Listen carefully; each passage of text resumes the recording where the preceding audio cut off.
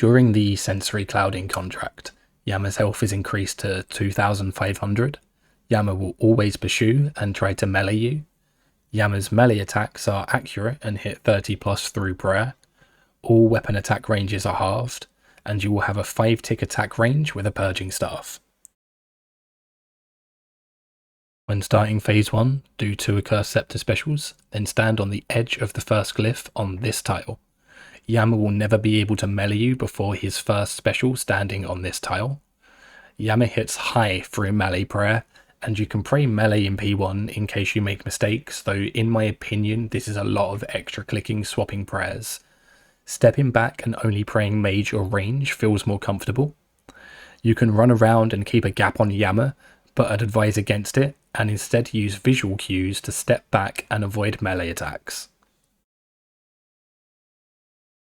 When Yama is doing a special attack, you step back when you see the hit splat appear on your character from the special.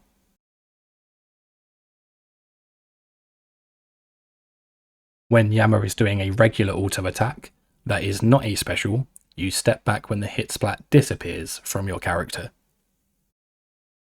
You do not need to step back after Yama's second auto, as he will not melee you when he is due to do a special attack next. You step back for the special attack hit splat, then step back for one regular auto, then chill until the next special, and repeat. Whenever flares spawn, I kill the red flare, then use the blue glyph to save myself from both the blue flare and Yama's shadow special every time. The timing for stepping back to avoid a melee when Yama spawns flares is to step back the moment the flare's hit points bar appears and it becomes attackable. From there, continue to step back for auto attacks when the hit splat disappears.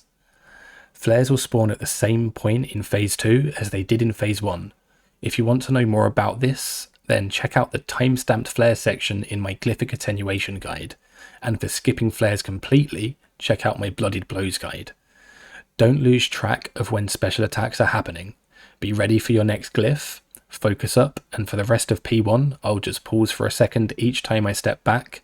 Be patient with this, and you'll fly through this contract.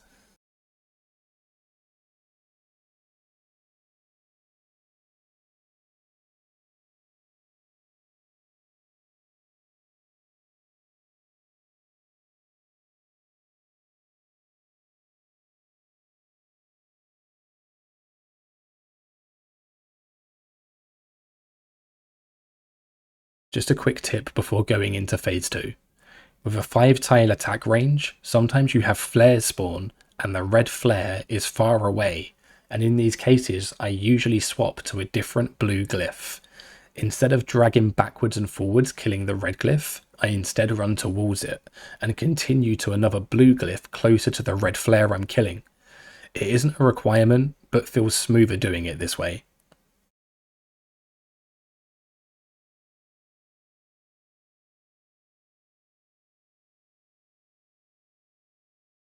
No pausing or editing here for phase 2. Stay focused, step back at the right time, stay by your glyphs, relax.